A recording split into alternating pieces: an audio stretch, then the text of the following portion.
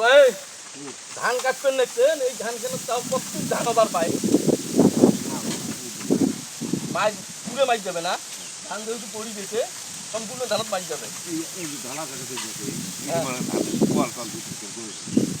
তাছাড়া কোনো ধান হবার নয় না, মানে ধান যেহেতু পড়ি গেছে, এই ধানগুলো পড়ি গেছে, এই ধানগুলো সবগুলো চিটে, সব চিটে না, সব চিটে হয়েছে। তাছাড়া মানে দেখা যায় যে জায়গা ধান হইল 10 মন 15 মন, 5 মন হবে না, না মানে 3 ভাগের 1 ভাগ পাওয়া যাবে, 2 ভাগ মাছ। মানে কৃষকের এমনিতে তো মরণ খরচের জায়গার দিক থেকে আরো মরণ। এটা কামলা নিলে মনে কর 500-600 টাকা, সে জায়গা মাছ তো মাছ একেবারে আরো পুড়িয়ে মাছ না, সম্পূর্ণ মাছ আবার করি তাহলে লাভ কি?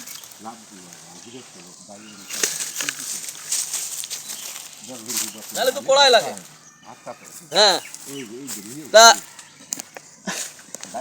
মনে করো এই যে আবারটা যে চালে যাবার লাগছেন, এটা কি যে ক্ষতিটা হলো, এটা তো কারো কাছে পোষে নেওয়ার মতন নয় না। আল্লাহর বাগান কি করে, আল্লাহ তো দয়ালু, আল্লাহ কোনো ভাগ দিয়ে দিবে অবশ্যই, যে কোনো এক পাশে না এক পাশে দিবে না, আল্লাহ দিবে, মুখ দিতে আহার দিবে, দুঃখী হোক সুখী হোক আহার দিবে। এই যে আমার চাচার ধানগুলো পড়ে গিয়েছে, এই যে এত শ্রম দিয়ে এত কষ্ট করে আবাদ করেছে, এগুলো কোনো ধান হবে না। মানে যে জায়গায় ধান হয়তো 15 মন, সে জায়গায় 5 মনও হবে না, 5 মনও হবার নয় না চাচা, কোনোভাবেই 5 মন ধান হবে না। আসলে কৃষকের অনেক বড় ক্ষতি, সে ক্ষতি পুষিয়ে নেওয়ার মতো না, যদি আল্লাহ রহমত করে তার ব্যাপার হলো আলাদা। তাছাড়া মানুষের কোনো শক্তি নেই,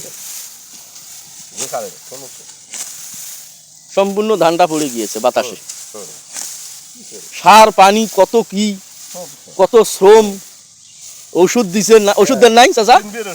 3 বের ওষুধ দিচ্ছেন।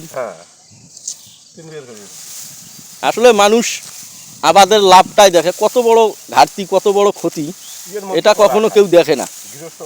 হ্যাঁ, এই তাছাড়া অন্য কিছু না, অন্য কোনো পথ নেই। গরুর পোয়াল হবে নাকি?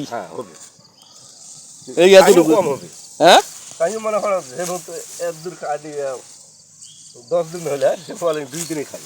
হ্যাঁ 2 দিনে, হ্যাঁ খালি 10 দিনের ফল 2 দিনে খাই, ধুল নাই তো তেনার মতো, মানে সম্পূর্ণ চতুর্পার্শ্বে মাছ, চতুর্ভাগ ক্ষতি, এই ক্ষতির হিসেব নেই। আমরা 5 টাকা, মুখলিতে 5 টাকা, আমরা 5 টাকা, 10 টাকা। ওটাও ধান পড়ে গেছে না, এদের করছে, এদের আরে কত বড় ক্ষতি।